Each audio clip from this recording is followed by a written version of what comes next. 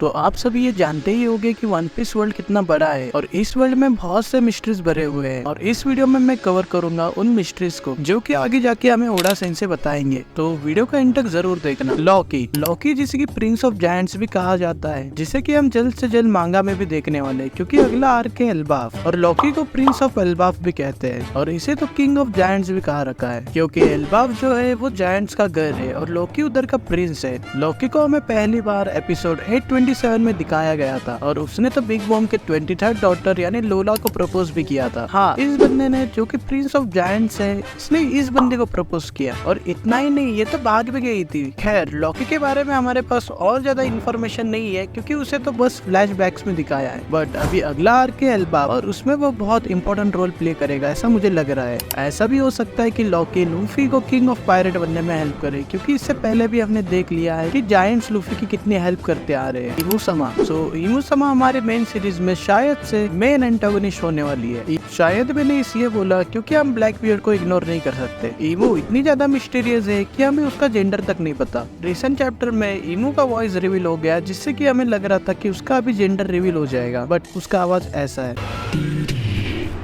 इसका वॉइस सुन के हम ये कह सकते हैं कि ये अहमद की बेटी है। यस। रिसेंट चैप्टर में हमें ईमू के कुछ पावर्स की झलक दिखाई गई है जिसने कि सैटर्न को ऐसे ही पलक झपकते ही मार दिया और इससे ऑलमोस्ट ये भी कंफर्म हो गया है कि ऑल गोरोसे के पास ईमू के ही पावर्स है एंड ईमू ने ये तक कंफर्म कर दिया है कि अभी का करंट लूफी ईमू के सामने कहीं भी स्टैंड नहीं करता। शार्लीज प्रेडिक्शन एपिसोड 573 फिशमैन आइलैंड में शार्ली ने कुछ ऐसा प्रेडिक्ट किया था जिससे कि पूरा वन पीस हिल गया था। और हाँ, अगर आपको शार्ली नहीं पता है तो ये फिशमैन आइलैंड की तांत्रिक है जो कि फ्यूचर प्रेडिक्ट करते हैं और अब तक उसका एक भी प्रेडिक्शन रॉन्ग नहीं गया है। शार्ली ने बताया था कि लूफी इस फ्यूचर में आके फिशमैन आइलैंड को तबाह कर देगा जो कि किसी के पल्ले नहीं पड़ रहे थे क्योंकि लूफी जैसा काइंड बंदा कभी किसी आइलैंड को तबाह नहीं कर सकता। बट इन फ्यूचर ऐसा कभी होता है तो जिनमें क्या करेगा, लूफी को सपोर्ट करेगा या अपने आइलैंड के लोगों को, क्योंकि उसे दोनों भी उतना ही प्यारे है। Joy boy and his giant steroid. देखो, ये स्ट्रॉयड जॉय बॉय की है या नहीं ये कहीं भी कंफर्म नहीं है, बट अब तक जितने भी प्रीवियस या करंट ओनर रहे स्ट्रॉयड्स के वो सीरीज के लिए बहुत इंपॉर्टेंट रहे हैं, जैसे कि गोल्डी रॉजर, शैंक्स एंड अपना लूफी जो कि वन पीस के स्ट्रॉन्गेस्ट कैरेक्टर होने के साथ सीरीज के लिए बहुत इंपॉर्टेंट रोल प्ले करते हैं। तो ज्यादा पॉसिबिलिटी तो यही है कि ये स्ट्रॉयड जॉय बॉय की ही है और अगर ये स्ट्रॉयड जॉय बॉय की है तो ये ईमू के पास क्या कर रही है। एंड अगर बात करें हम जॉय बॉय की तो वो अपने टाइम पे हारा ही कैसे। इसके प्रीवियस चैप्टर में अपने हाकी के दम पे इसने 5 में से 4 एल्डर को अपने मरेजवा भेज दिया था और ईमू तक अपने घुटने पे आ गई थी बस हाकी की प्रेजेंस से। अब देखते हैं ओडा सेंसेई हम इसका एक्सप्लेनेशन क्या देते हैं। वन